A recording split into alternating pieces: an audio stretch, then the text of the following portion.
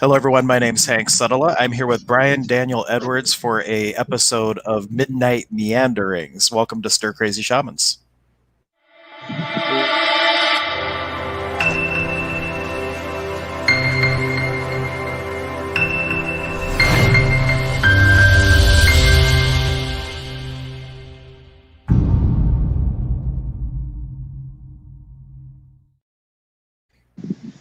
So, welcome everyone. Brian is one of my dear brothers on the path. We met years ago at Goddess Elite, and he has an insatiable hunger for knowledge, for spirituality, for anything that's going to help him along his path. He asked me literally 1,000,001 questions the first time I met him. And now he's living the dream, traveling the world, talking to shamans from every nook and cranny where he finds them. And now he's in Hawaii right now. But we're just kind of seeing where the conversation takes us with what adventure he is having out on the great island of Hawaii. Oh, wow. Where to start with that one? This last week has been kind of a doozy. No joke. First of all, Brian really could have his own reality TV show. His life is that interesting in most cases. But go ahead. Tell us what's been going on. First of all, I'm south of Hilo, right by Puna, where the Puna ticks reside. It can get a little bit wild over here. It can get a little bit interesting. I'm right down the street from Cinderland, the place where it started it all in Hawaii. That's the first place I landed and stayed there 2 days and manifested a place to stay and a car in 2 days. This place is an amazing place where you actualize your manifestations. It happens almost instantly, good or bad. It is the Garden of Eden here. It is amazing. So be careful what you wish for. Oh, yeah. Yeah. And be careful what you focus on. Watch your self-talk. Because if you're in this downward negative spiral, it goes downhill really quick here. So I'm at this beautiful mermaid pond. I got randomly taken here. I think the first day I was here, I ended up here, and it's a beautiful tide pool, amazing to swim in, crystal clear water, just amazing Hawaii. But when I got here, I experienced a whole new level of abundance. Food was growing everywhere. For breakfast, you just walk down the road and you pick your breakfast. Avocados, papayas, guava, lilikoi or passion fruit, all kinds of fruit, just growing wild at the side of the road. People are driving down the road and they chuck the seeds, and then everything grows here. And I got a everything grows here story in just a minute. So last week, last Friday, we went to the papaya farm. Actually, we've been hitting the group at Hawaiian Sanctuaries. Great group. I've been teaming up with them, and we've been loading the back of my Prius full of papayas. There's a farm, and there's literally more papayas than you could possibly ever eat or use. They fall off the trees and they go to waste, and you can only pick and use so many of them. It is absolutely insane. So this is amazing. So we just filled the trunk literally with hundreds upon hundreds of papayas, sometimes avocados. We had half the trunk with coconuts last time.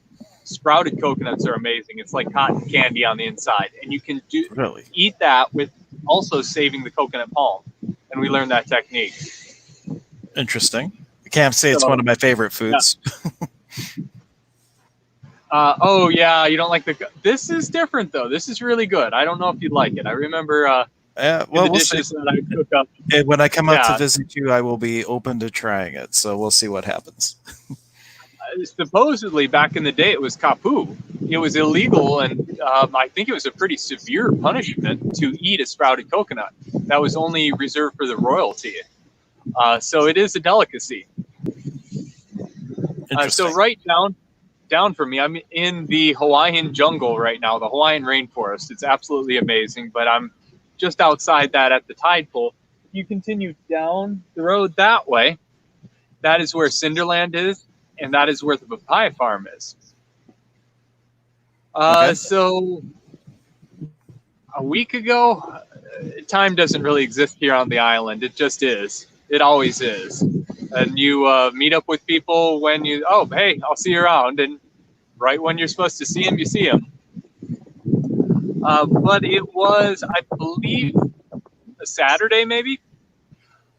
I was at Cinderland. Maybe it was the Thursday healing. So I had all my stuff. Yes, we were doing healing share. There was someone doing bee venom therapy. My friend Freely was doing Bowen. Everybody was sharing. It was a good time. However, during the session, I saw a cow wandering around Cinderland. This is an eco village, and everybody kind of lives underneath tarp tents.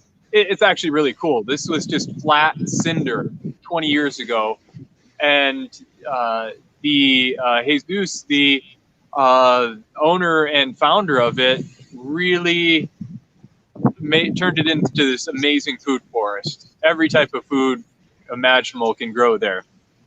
Well, yeah, it's a cow there, and it got out. So I'm like, oh, no big deal. I've herded cattle before, so I go out and I'm trying to get this thing out, and it wasn't listening. Well, then all of a sudden it turns on me and starts to charge me. I'm like, no. I stopped and I put my hand on. I'm like, stop, no. And so it kind of whacked me with its horns. But then it went on its way, and I'm like, okay, that was it went on its way, and we notified the owner, and we're like, okay. So didn't think about it until later after the healing event, and I was loaded down with all my gear. Well, it started coming after us, and I tried to get it away from some other people, and they were up on top of the table, and then I got cornered. I had my singing bowl on me, my crystal singing bowl. I had my healing bag, that black one. Hey, actually, I got it at that house that we moved where I got the motorcycle from you as well. Oh, okay. Yeah. Full circle. So that black healing bag, I had that with me, and I had that strapped on. I had my conch shell strapped on, and this bull, well, it was actually a cow with horns. It charges me and it bucks me and throws me over lava rock. I just remember. another day I just gotta say, like when you first went to Hawaii, and I'm like, oh, so what's gonna try to kill you first? There, you're like, oh, nothing's gonna ever happen in Hawaii. I'm just saying, look what's happening. You got rushed by a horned cow and got tossed over lava rocks. It gets better. It gets better. Okay. So yeah, that was interesting, and finally that came to a resolution. Later in the week, I noticed my cut got infected, and you have to be very on top of it here in a tropical climate. When things get infected, they can go septic really quick. So I was keeping an eye on it, but then I noticed it got infected, so I started taking colloidal silver. I didn't get around to making guava leaf tea. Guava leaf tea is one thing that will knock out staph infection. So if you have a staph infection, put a cotton ball on it and tape it on overnight, and that will knock out the staph infection. I had one on my face in January, I want to say, and it took care of it. And for those listening, Brian is not a medical doctor. These statements have not been evaluated by the FDA. He's not intending to treat, cure, or diagnose any disease. Go on. just in case, got to cover up bases. So anyhow, it gets infected. The next day, my foot swells up. It looks like I have a cankle on the one side. My knee swells up. It's all red and hot. And then I'm feeling my lymph nodes get swollen. And then I feel it go into my lungs, and my lungs are burning. I'm like, oh, this is no bueno. So I actually ended up in the hospital. And if I waited any longer, I might not be here to talk with you right now. So this was the surprise? I thought it was going to go a different way. Okay, well, good. I'm glad you're okay. No, unfortunately, that was the surprise. So you've Did I had tell your you brush my? with death in Hawaii, your first one. Let's hope that it is the only one. And Yeah, uh, yeah. But that was an interesting experience. So for I'm still. those of you watching us for the first time, Brian, if you go back to the other video, we touched on it briefly, but he's been to Mexico, robbed at gunpoint, almost poisoned by cherry seeds, almost strangled by a snake in Australia. So he's had many brushes with dangerous things. So this is just another one under his belt. Yeah, no big deal. I walk that line between worlds, so it's all good. Speaking of walking that line in between worlds, I got to do ceremony. I got to work with the spirit molecule. Okay. Yeah. Oh yes. Oh yes. Oh, I think you told me a This little about was this. This is where you woke up in the field and didn't know how you got there, right? yeah, basically. Yeah. So well actually I want to go back and touch back into getting robbed in Mexico. We didn't get to finish that story. We're kind of squirreled all over the place. So I got robbed at gunpoint by the cartel, and I got to choose which timeline I remained on. Oh man, this is kind of a long, intricate story. I don't know if I want to go fully into this one. Maybe we should, the next time we're on, maybe we should just plan from the time you left Cleveland. We'll tell the stories or have you go over it one at a time and just kind of progress to Hawaii. But for today, why don't we just stick to the God molecule, and then we can circle back and tell the stories kind of chronologically next time. No, it was the spirit molecule, not the God molecule. Okay, spirit molecule. Well, I think I knew what it was. Okay, but anyway, go for it. Yeah, it's not the 5 version of it. Okay, got it. Yeah. So but my just really quick to touch in that getting robbed at gunpoint and having my physical possessions taken away and realizing that it's only material items. It really doesn't matter that they're taking it away from me. That set me up then to go to Australia and live a nomadic life in Australia, being a nomadic wanderer on walkabout, which was incredible. It's getting kind of dark. Let me really quickly kind of show you the ocean where I'm at. Can you see this? Yep, I can.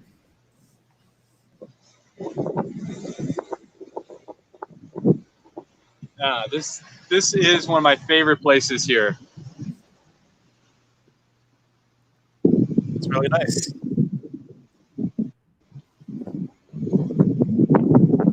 So yeah, that set me up for realizing that it's only things. I was very attached to my stuff, as you know, in the past. That gave me the freedom to realize, oh, I don't need all that. And I was able to live a very simple life. In fact, in Hawaii, at one point in time, I went to the other side of the island on walkabout. I took a pack, and I didn't end up coming back for 3 months. Well, okay, I came back in a month to visit, and I got the rest of my stuff. But for a whole month, I only had a couple sets of clothes, my essentials, and I didn't miss anything. Wasn't feeling lacking, wasn't feeling like I was missing out on life because I didn't have my material items. So it was beautiful transformation. And speaking of transformations, so I did that journey work with the spirit molecule. Wow. Talk about beyond anything I have ever experienced before. Well, maybe not beyond, because working with our friend Molly, she took me on a very transformative experience, way out beyond imagination. But now working with the spirit molecule, that was a whole different ballgame. I was gone for an eternity, but in reality, it was a 15-minute time period. Okay. Did I describe to you what happened exactly during this journey? I don't think you did. I know that you had a little bit of a brush with something that we needed to help facilitate, but I didn't really know the specifics. Yeah, okay. So when I left, I realized, oh my goodness, I'm back. I'm back home. That was just a dream. This physical reality is just a dream. We are always the only one in the room. We're interacting with ourselves, having amnesia. So it's such an amazing, yeah. This is so. What I experienced first was these like vibrating springs in the fabric of the infinite mind or something, and the spring kind of broke off, and or it like kind of sprung out and came into this whole new realization that there could be something different. And Brian, just in case I don't And know it if you was know like, Tammy, but Tammy's saying hi, guys. So if you know Tammy, she's oh, just touching in. aloha, Tammy. And Brian is just telling us Yeah, a story about his experience with the spirit molecule. 15 minutes here, an eternity there, and just kind of getting into the nitty gritty of what he experienced with it. yeah. So I left over to the other side, and I'm like, oh, this is what it's about. This is my. I saw every event leading up to that moment to get me to there. It was amazing. I don't want to say like my life flashed before me, but I saw the clear path that got me to that experience.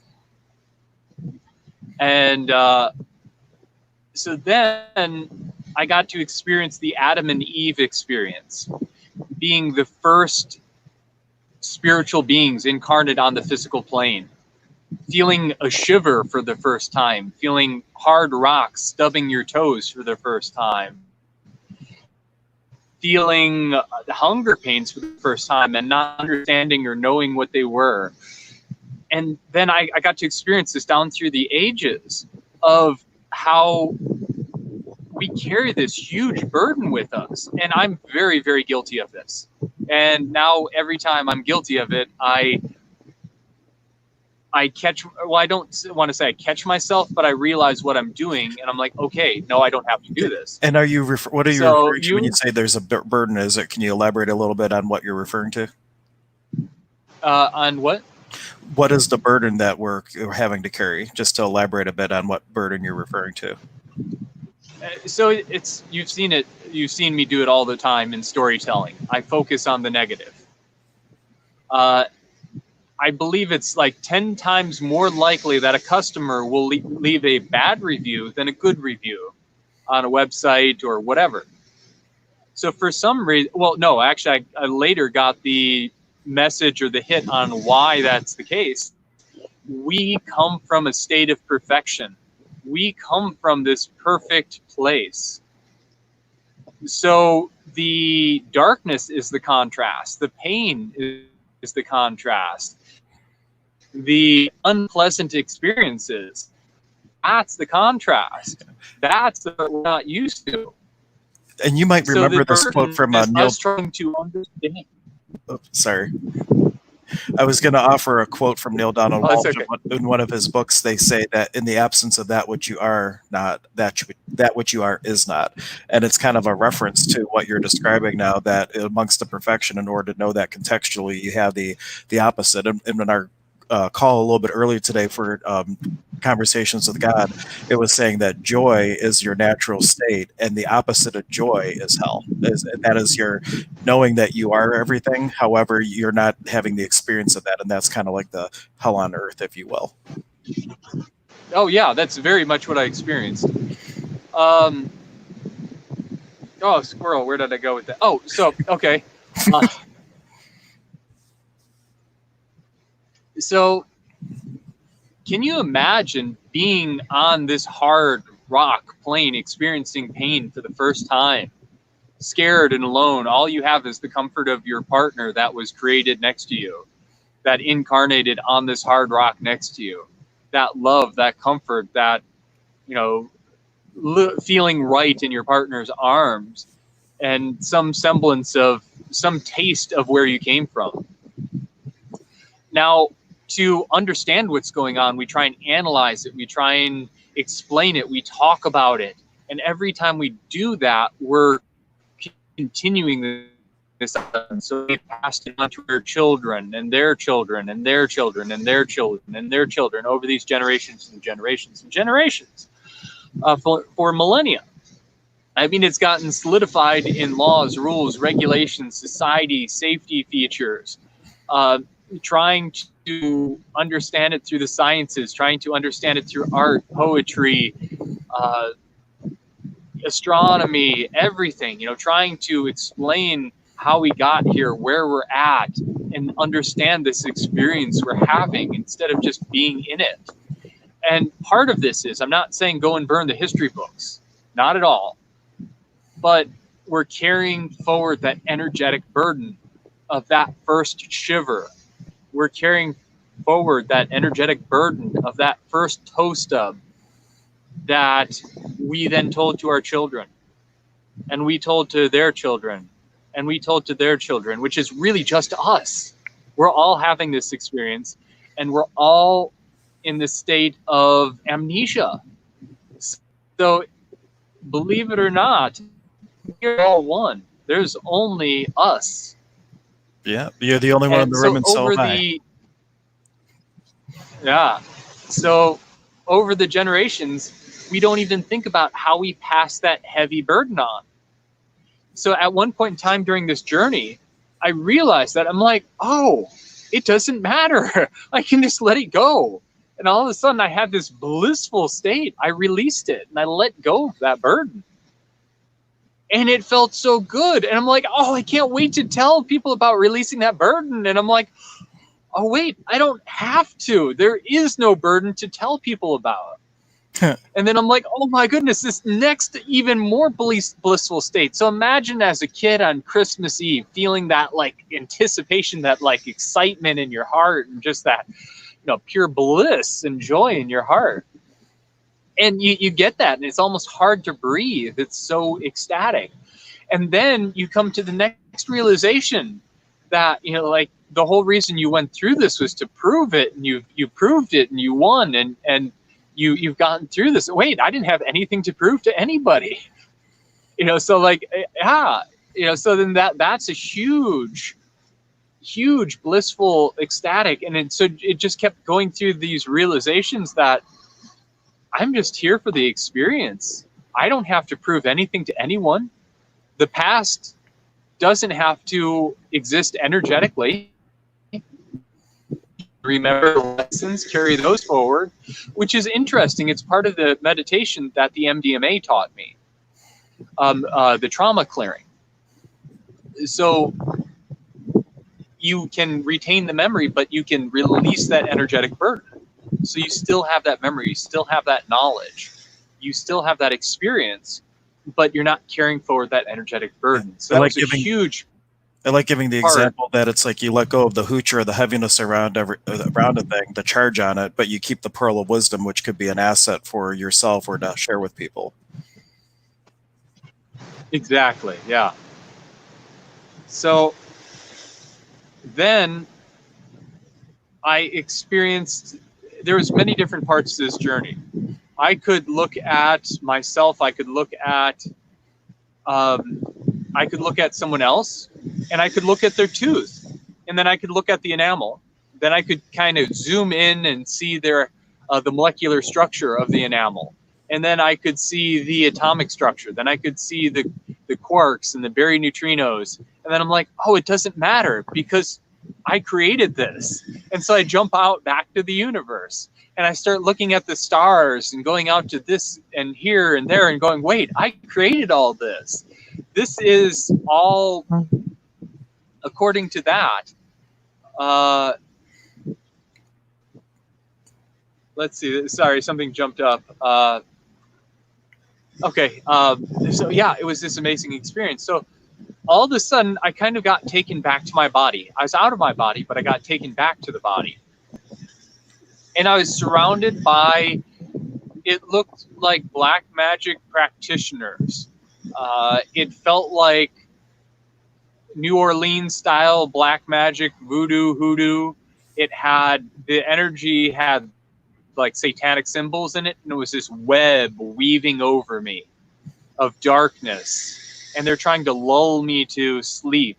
and saying, oh no, it's good, it's okay, it's all good, it feels good. And it was so alluring, it was so seductive, it was so deceptive. At this point in time, it was hard to tell which direction was up. The sorcerers looked almost like Southeast Asian or Polynesian. I was kind of in and out of it, so I couldn't even tell. And they're casting this almost satanic web over me, and they're luring me in. And I'm like, wait, you say this is good, but where's the light? Are you of the light? And they could not say that. And I'm like, no, I choose the light. I know the light. And they, try to pull me back in, but then I firmly chose the light and I cast out the darkness, and that experience disappeared. But I must say, it had to be one of the most challenging choices that I made, because it was so alluring, it was so seductive. And then now, after coming to that, waking up to that energy, you realize that so much of this black magic is being cast over society. And I'm starting to see it in every day-to-day life, how people are getting roped into making the wrong choices without even really knowing it. So it gets wild from here. So I cast it out, and that went away. Like it hasn't been wild yet. I'm then surrounded by... Oh, no, that's mild. That's mild. So as I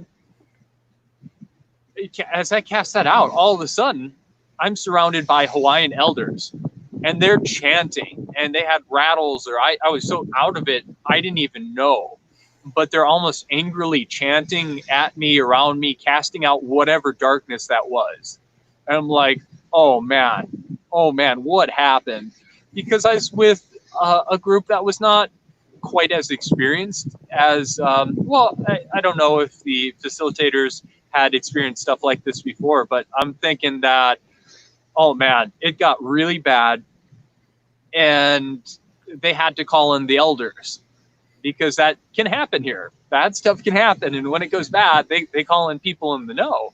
Oh, so I'm surrounded by elders. So just to be clear, this isn't in like the journey space. This is in the physical that they were doing this now? Yeah, I saw them standing around me. I saw them chanting. It got wild. And then finally, when I cast it out, they cast it out, I sat up and recognized who I was. And it kind of came to the still point. I was just sitting in that, and then I kind of just laid back again. I was so out of it. And then all of a sudden I see flashlights coming, and EMS is there checking on me.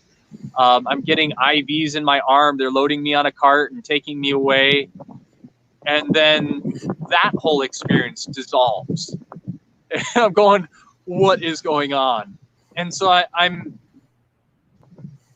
was just a couple experiences I had. To try and explain how long this was, I can't. This was an eternity. I saw so many different timelines. I had so many different experiences. I lived so many lifetimes in this experience. That was 15 minutes. It can't even be likened. Yeah, in the real world, that was a 15-minute time. So then I come back out of the journey space eventually. Now I'm not telling you everything. So much happened. I can't even begin to explain or even understand. Back to the Adam and Eve experience. We created the names for everything. This is a daydream we're in, and we named and labeled everything in all these different languages to make it interesting. I could see in almost like a 3D model, I don't want to say like I was dissecting myself or a person, but I could see the lungs, I could see the alveoli, I could see the blood vessels going to them. I could, if I thought about it, I could focus in and focus in and focus in. So I got to experience reality in this whole different, more vivid, more in-depth way. So then eventually I came to, and I was shivering. For one, when I leave my body and I go into journey space, I get really cold. But I was shirtless, I was at an ecstatic dance and kind of broke off into a small group. So I was shirtless at that point in time. I woke up and it was kind of a chilly night. It was low 60s, I want to say maybe high 50s. And so here I am. By that point in time, it was about an hour, give or take. And here I am, alone underneath the stars in the middle of a field. I had no idea where I was. I had no idea who I was.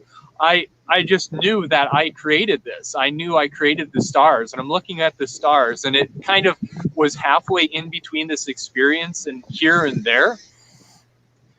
And I'm looking up at the stars going, oh, that's where I'm from. That's what I created. And looking at me and looking at the surroundings, and I had no idea what car keys were. I had no idea what a car was, but I had no idea what a phone was, but had none of that on me. I had no idea where I was. And finally, someone came and found me. They came and checked up on me. It's covered in a beach towel. Someone laid a beach towel over me, and the group, I don't know what happened, but they had something they left too. And when I came back, I was just in this experience. I was all alone. So it was it was wild, and that almost added to the experience. Waking up on this planet just like I did the first time down here, the first time a spiritual being incarnated in the physical. So I was having that shiver for the first time. I was having that unknown experience. I had to relearn what everything was. And so then I had people come over and actually interacting with someone and seeing people. It was the most beautiful thing. And having people care for you and take care of you, and here we'll make sure you're taken care of. It was like this wow, feeling that compassion, feeling that caring.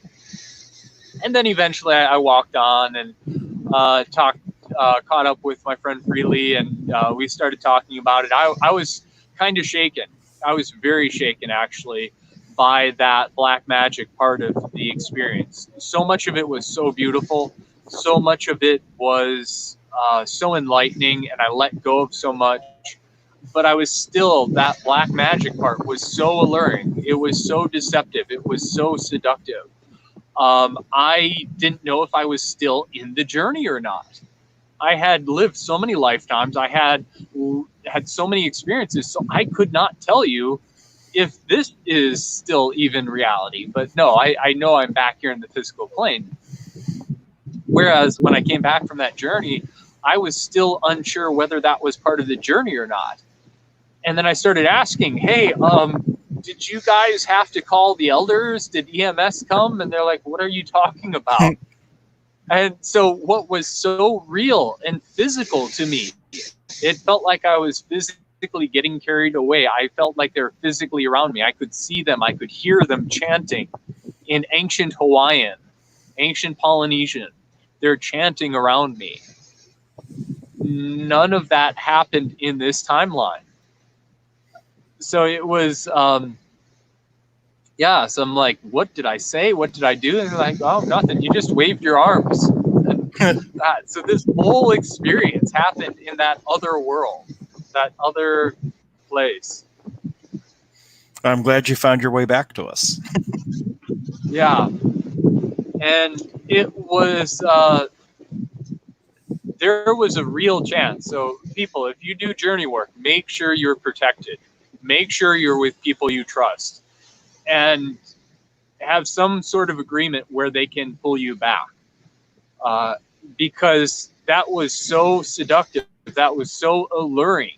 It was then shown to me what I could have gotten out of that deal if I had succumbed to that black magic, if I had been seduced and released into that. It was basically the offer to sell my soul.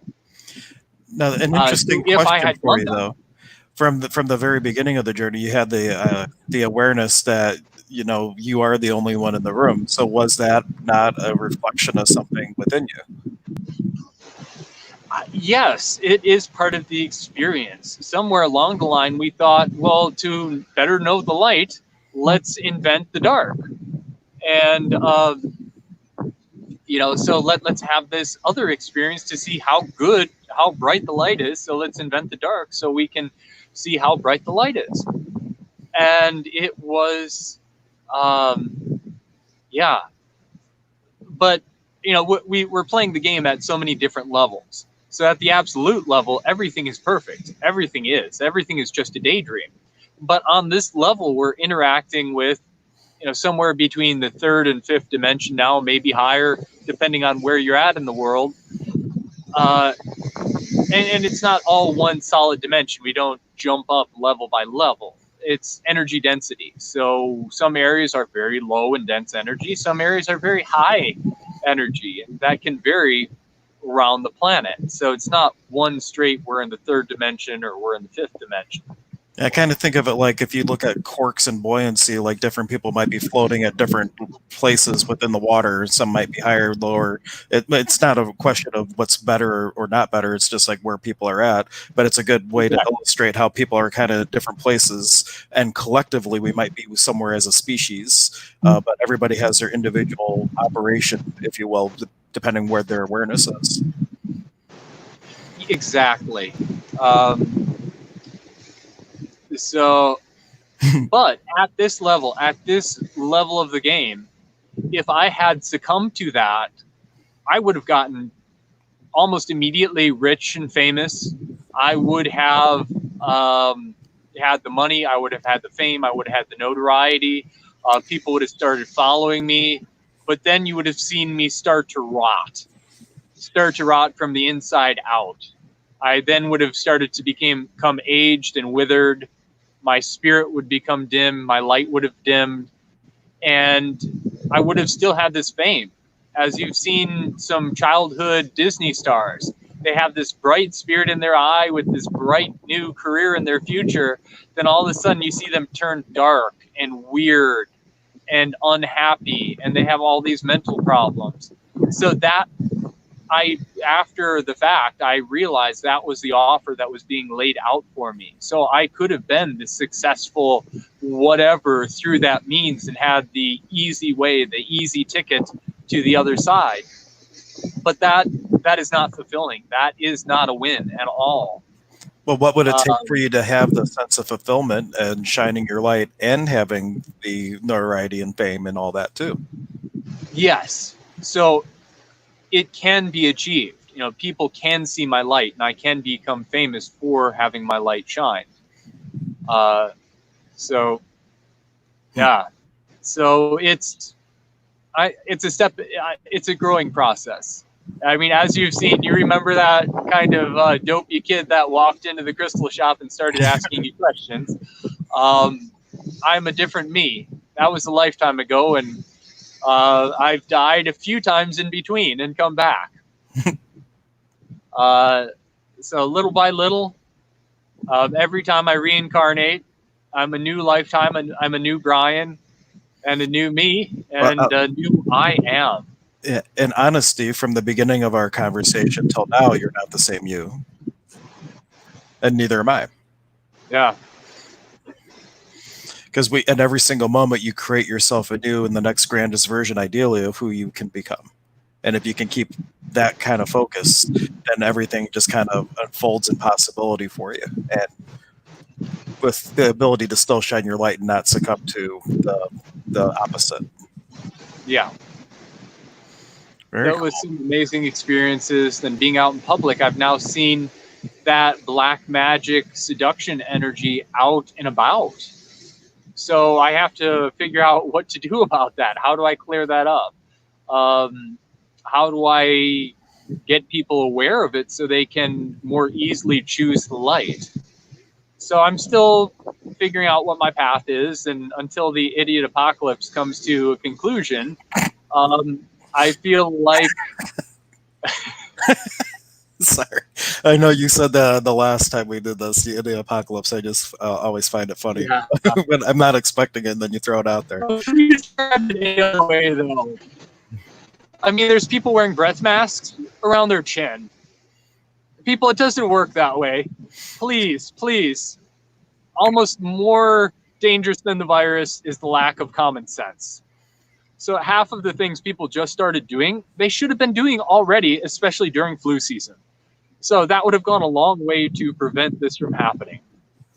But there has been a line crossed, though. The invisible line has been crossed, and due to fear, we've given up our constitutional rights. We no longer have the right to freely assemble. We no longer have the right to free speech. If we mention a certain virus and a certain type of EMF signal, that video will get taken down. If the media is now controlled by the governmental agencies, we don't have freedom of press anymore. Freedom of religion, you can no longer gather in your religious gatherings. The First Amendment is gone. America is the Constitution of the United States. That is the supreme law of the land. So it's nothing to worry about. It's nothing to fear about. I've heard a lot of things. There's a single question you can ask that can change all the stuff that you just said. What else is possible? Yeah, exactly. And then a contribution from Tammy just a moment ago. She had also said, "How does it get any better than this?" So those two questions can open up the door of possibility. Yeah. It does. Right now, it's Christmas Eve. We're in World War III. Nobody knows it right now. Well, some people do. It's a battle of good versus evil, dark versus the light. There are people that have committed crimes against humanity, and they're being rounded up. So that's what this whole curtain is about. Everything's being shut down, and there's a lot going on behind the scenes. It doesn't add up. There's at least 3 distinct sets of symptoms to this one supposed virus. I almost feel like it's multiple bioweapons that have been released. So I don't know about that. I haven't seen the science. So that's just gesture. Yeah, but it is 3 separate sets. Whether or not that's true or not true, the question is, who do I choose to be in this ever-present moment of now to create the greatest possibility for myself, my fellow travelers, and for the world and beyond? And if you can stay in that energy, all that stuff, whether it's from a lab or whether it's Mother Nature or something else, like what can we do to create a new possibility here on our planet? Yeah, exactly. And it's nothing to worry about. Rome fell. But you know what? The people were still after. The people still carried on. Christendom fell. But the people were still there. Egypt fell. The people survived the bubonic plague, the Black Death. And we're still here. So humans are resilient. We'll get through this. And on the other side, I'm hoping it brings disclosure, and we'll have new technologies, new ideas, new amazing things beyond our belief released to us. So it's like Christmas Eve. It's good. Good things are coming. We just have to get through this.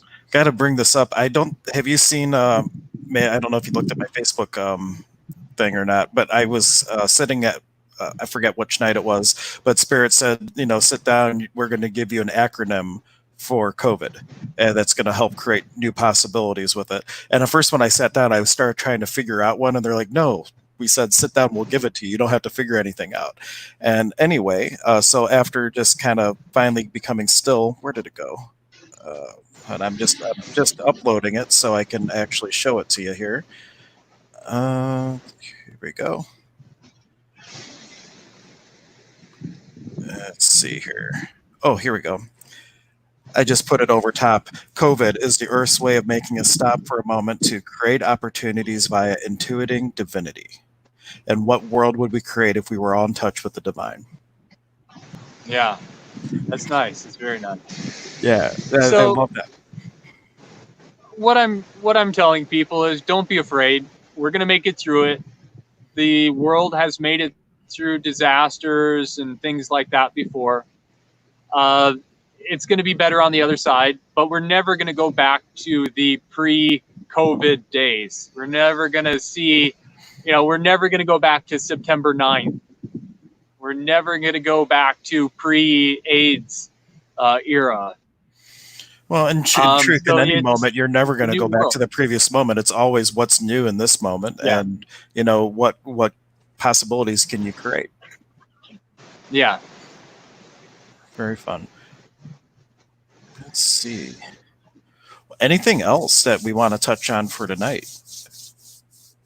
Um, I'm feeling like it's a good point of conclusion. It's getting dark here, so I got to climb back up the cliff to get back to the car and drive through the jungle. So, um, Drive through the jungle. You've been in so many different jungles. It's just amazing. We'll have to go back and have just one episode on the Mexico escapades, as I like to call them. So look forward to that. yeah, We'll plan for that for next, hopefully next Tuesday, unless I have another weird thing come up. But we're going to try to do this every Tuesday. Where we're just going to have these midnight meanderings, and we're going to focus on Mexico next time, unless Spirit has something else that they want you to talk about. And then we'll keep it open that we have the ability to diverge onto something else. tide's coming up too. I am almost getting sprayed with waves. Uh-oh. Okay, well, we'll So end it here. Thank you, everybody, for joining yeah, us. that's funny how many jungles. Yeah, I didn't even think about it. I started Yeah. thinking about how many jungles I've been through. I'm like, wow, I have been through many rainforests and jungles. Yeah, it's a fun time. But everybody, thank you so much for tuning in. If you're catching this on the replay, if you're watching it on Facebook and watching it from the beginning, please start a watch party. If you're on YouTube, please like and subscribe, share it, and help us spread the contagion of consciousness. But until next time, take care. We love you all. Yeah. All right. Like and subscribe. Infinite Love Movement. InfiniteLoveMovement.com is my website. Come check me out. Come check out my material. Brian Daniel Edwards on Facebook. Hope to talk to you soon. Yeah, and we did stream this to your page too. This went to Infinite Love Ministries on Facebook. So if you want to go like Brian's Facebook page there, you can also catch the video. And we did have a couple beautiful scenery back there. She's just saying, and that she's good to see you both. Thank you so much, Tammy. We're glad that you joined us, and thank you for being here with us. Yeah, thanks for watching. Yeah, this is definitely one of my favorite places. If anyone ever comes to Hawaii, let me know. I can either show you around or at least tell you my favorite places. The mermaid ponds, definitely one of my favorite places. And then also the places I got possibly to go to skinny avoid. dipping. Yeah, and possibly places to avoid. I got you to go skinny dipping here underneath the full moon. How amazing is that? How does it get any better than that? All right. Well, thank you again, everybody. Please like the video, subscribe, and check out Brian's Facebook page. And next time I'll have your website ready to go in a banner so we can give that to people.